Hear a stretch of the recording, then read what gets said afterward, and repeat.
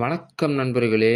இன்னைக்கு என்ன பேசப் போறேன் அப்டின்னா, நம்ம சப்ஸ்கிரைபர் வந்து ஒருத்தர் என்ன சொல்லியிருந்தாருன்னா கமெண்ட்ல, "ப்ரோ எஸ்எஸ்சி பத்தி ஒரு டீட்டெயில்டு வீடியோ போடு ப்ரோ" அப்டின்னு சொன்னாங்க. ஸோ அதுக்காக தான் நான் இந்த பிடிஎஃப்லாம் ரெடி பண்ணி, ஒரு டீட்டெயில்டு வீடியோ போடலாம் அப்டின்னு ரெடி ஆயிட்டு வந்திருக்கேன். ஸோ ஃபர்ஸ்ட்டு வந்து எஸ்எஸ்சி எக்ஸாம் அப்டின்றது என்னன்னா, இவங்க வந்து ஒரு டெஸ்டிங் போர்டு. எதுக்காக ஒரு டெஸ்டிங் போர்டு அப்டின்னா, இந்த சென்ட்ரல் கவர்மெண்ட்ல இருக்க மினிஸ்ட்ரீஸ் அண்ட் டிபார்ட்மெண்ட்டில் இருக்க group B and group C இந்த 2 போஸ்ட்டுக்கு கேண்டிடேட்ஸை வந்து ரெக்ரூட் பண்ணி ஜாயின் பண்ணுவாங்க. ஸோ இவங்க தான் வந்து இந்த எஸ்எஸ்சி ஸ்டாஃப் செலெக்ஷன் கமிஷன். இந்த எக்ஸாம் வந்து இவங்க வந்து நிறைய எக்ஸாம்ஸ் கண்டக்ட் பண்ணுறாங்க. பட் மேஜர் எக்ஸாம் அப்படின்னு பார்த்தீங்கன்னா ஒரு சில ஷார்ட் லிஸ்ட் பண்ணி நானே கொண்டு வந்திருக்கேன்.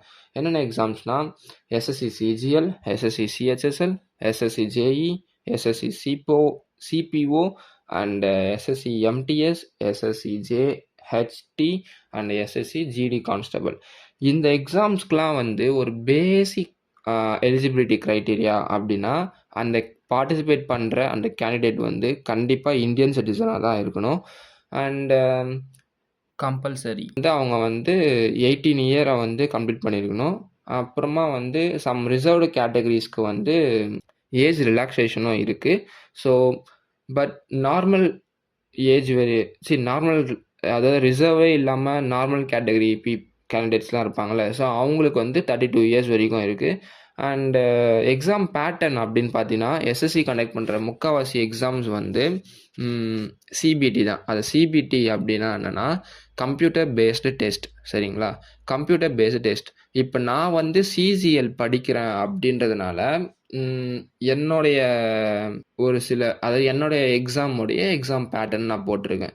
இப்போ உங்களுக்கு என்ன எக்ஸாம் படிக்கணும் அப்படின்னு நான் வந்து ஜிடி படிக்க போகிறேன், இல்லைனா நான் வந்து எம்டிஎஸ் படிக்க போகிறேன் அப்படின்னு நீங்கள் என்ன படிக்க போகிறீங்க அப்படின்னு என்கிட்ட சொன்னீங்கன்னா, ஸோ அதுக்கான எக்ஸாம் பேட்டர்னை நான் சொல்கிறேன். கமெண்ட்டில் சொல்லுங்கள். முடிஞ்சால் நான் கமெண்ட்லேயே கிளியர் பண்ணுறேன். ஆர்எல்ஸ் நான் வந்து அதுக்கும் தனி ஒரு வீடியோ போடுறேன். இப்போ சிஜிஎல் பார்ப்போம். சிஜிஎலுக்கு வந்து டயர் 1, டயர் 2 அண்டு லாஸ்ட்டு வந்து ஸ்கில் டெஸ்ட்டுன்னு இருக்குது. சிஜிஎல்ல டயர் 1ல வந்து 100 கொஷின்ஸ் கேட்பாங்க. 100 ஈச் கொஷின் ஹேவ் 2 மார்க். அதாவது 2 மார்க். ஒரு கொஷின் கரெக்டாக அட்டன் பண்ணால் 2 மார்க்ஸ் கொடுப்பாங்க. இந்த எக்ஸாம் வந்து 1 hour நடக்கும். இந்த எக்ஸாமில் வந்து என்னெல்லாம் கவர் பண்ணியிருப்பாங்க அப்படின்னா, general intelligence, reasoning, aptitude, general awareness, English knowledge. ஒன்று மட்டும் மறக்காமல் இருங்க. என்னென்னா இந்த டெஸ்ட்டுக்கு நெகட்டிவ் மார்க்ஸ் இருக்குது. ஒரு கொஷின் தப்பாச்சுன்னா 1/4, அதாவது 0.5 பர் ராங் ஆன்சர். சரிங்களா? ஸோ மறக்காதீங்க. பிகாஸ் நீங்கள் ஒரு கொஷின் தப்பாக அட்டன் பண்ணிட்டீங்கன்னா 0.5 மார்க்ஸ் வந்து உங்கள் ஆல்ரெடி கரெக்டாக அந்த ஆன்சரில் இருந்து மைனஸ் ஆகும். இந்த எக்ஸாம்ஸ் முடிச்சுட்டு டயர் 2க்கு வருவோம். டயர் 2 வந்து பேப்பர் 1, பேப்பர் 2 2 சப் பார்ட்ஸ் இருக்குது. பேப்பர் 1 வந்து ஆல் கேண்டிடேட்ஸ் யாரெல்லாம் வந்து டயர் 1 ஃபினிஷ் பண்ணியிருக்காங்களோ எல்லாருமே வந்து டயர் 2வும் டயர் 2வும் வந்து வருவாங்க. டயர் 2ல் செகண்ட் பார்ட் என்னென்னா ஜூனியர் ஸ்டாட்டிஸ்டிக்கல் ஆஃபீஸர். அதாவது ஜூனியர் ஸ்டாட்டிஸ்டிக்கல் ஆஃபீஸருக்கு யாரெல்லாம் அப்ளை பண்ணியிருக்காங்களோ அவங்க மட்டும் இந்த பேப்பர் 2வை வந்து எழுதுவாங்க. இந்த டயர் 1, டயர் 2 ஃபினிஷ் பண்ணதுக்கு அப்புறமா ஸ்கில் டெஸ்ட்னு ஒன்று இருக்குது. இந்த ஸ்கில் டெஸ்ட்னால் ஒன்றும் பெரிய இதுலாம் இல்லை. டைப்பிங் தான். கம்ப்யூட்டரை வந்து டைப் பண்ணுறது, இங்கிலீஷ் ட்ரான்ஸ்லேட் பண்ணுறது, இந்த மாதிரி ஒரு சில எக்ஸாம்ஸ் தான். இது ஒரு நார்மலாக வச்சுக்கோங்களேன். நார்மலாக ஒரு எக்ஸாம்பிள் வச்சுக்கோங்களேன். ஒரு பேசேஜ் கொடுப்பாங்க. அந்த பேசேஜை வந்து வித்தவுட் எனி மிஸ்டேக் இல்லாமல் இந்த டைமுக்குள்ளே ஃபினிஷ் பண்ணி முடிக்கணும் அப்படின்னு ஒரு டாஸ்க் சொல்லுவாங்க. அந்த டாஸ்கில் நீங்கள் வந்து குவாலிஃபை ஆகிட்டால் போதும், நீங்கள் வந்து நெக்ஸ்ட்டு வந்துடலாம்.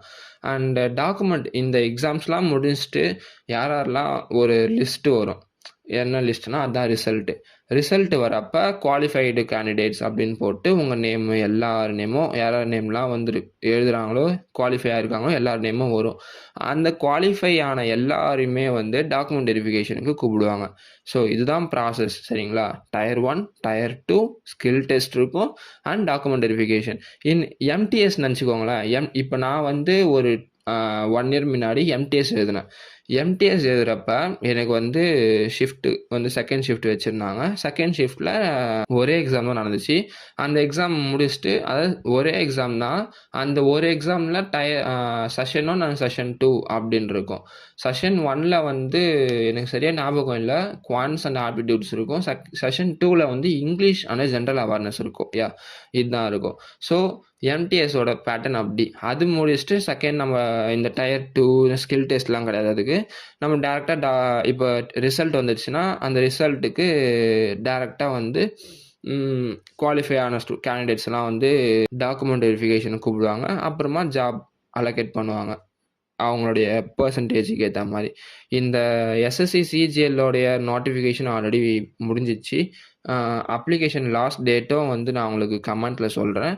அண்டு என்னுடைய சின்ன டிப்ஸ், அதாவது பிகினராக இருக்கிற ஒரு சில கேண்டிடேட்ஸ்லாம் இருப்பாங்க, நான் வந்து படிக்க போகிறேன் ஆஸ்பிரண்ட்லாம் இருப்பாங்க.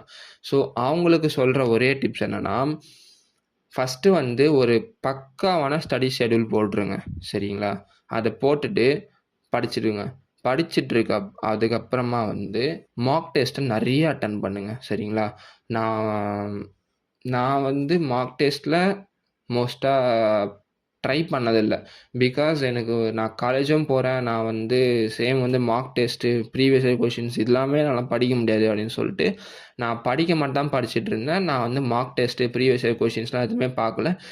அண்டு மறக்காமல் வந்து ஒரு கொஷின்ஸ் படிக்கிறீங்க, இல்லை ஒரு டாபிக் படிக்கிறீங்க ஒரு வாரத்துக்கு அப்படின்னா, அந்த வாரத்துக்கு கரெக்டாக அந்த ஒரு வீக்கெண்டில் நீங்கள் என்னென்னலாம் படிச்சிங்களோ எல்லாத்தையுமே ரிவைஸ் பண்ணுறேங்க. ஸோ இது வந்து ஒரு எக்ஸாம் டிப்ஸ். சரிங்களா? மெயின் டிப் என்னென்னா, எஸ்எஸ்சி வந்து அப்ளை பண்ணிவிட்டு நீங்கள் வந்து ஒன்ஸ் அப்ளை பண்ணிட்டு அப்படியே விட்டுறக்கூடாது. நீங்கள் வந்து டெய்லி வந்து அப்டேட்டடாக இருக்கணும் அந்த வெப்சைட்டில். பிகாஸ் ஒரு நாளைக்கு ஒரு அப்டேட்ஸ் இருக்கும். ஸோ அதுக்கேற்ற மாதிரி ஒரு நாளைக்கு நோட்டிஃபிகேஷன்ஸு, இன்னொரு நாளைக்கு வந்து எவ்வளோ வேக்கன்சிஸ் லிஸ்ட்டு எவ்வளோ இருக்குது, எல்லாமே வந்து எஸ்எஸ்சி அந்த ஒரு ஆப்பில் தான் உங்களுக்கு வந்து அப்டேட் பண்ணுவாங்க. நீங்கள் எது வரைக்கும் அப்டேட்ஸாக இருக்கணும் அப்படின்னா, எப்போ அப்ளிகேஷன் போடுறீங்களோ அதுலேருந்து அட்மிட் கார்டு வர வரைக்கும் நீங்கள் ஸ்டே அப்டேட்டடாக இருக்கணும். ஆஃப்டர் தட் ரிசல்ட்டு வரைக்கும் நீங்கள் அப்டேட்டடாக இருந்தால் நல்லது. அண்டு இதோட நான் இந்த வீடியோவை முடிச்சுக்கிறேன். நம்ம வந்து இந்த இயர் நம்ம கிராக் பண்ணோம் அப்படின்னு ஃபிக்ஸ் பண்ணியிருக்கோம். ஸோ கிராக் பண்ணுவோம். So stay tuned. முடிஞ்ச வரைக்கும் ஏதாச்சும் டவுட் ஏதாச்சும் இருந்துச்சுன்னா கமெண்ட்டில் சொல்லுங்கள். பிடிச்சிருந்தா ஒரு லைக் பண்ணுங்கள். எஸ்எஸ்சி படிக்கிற உங்கள் ஃப்ரெண்ட்ஸ்க்கும் வந்து இந்த வீடியோவை வந்து லைட்டாக ஷேர் பண்ணி விட்டுருங்க. மறக்காமல் இது மாதிரி நிறைய அப்டேட்ஸ் தெரிஞ்சுக்க நம்ம சேனலை சப்ஸ்கிரைப் பண்ணிக்கோங்க.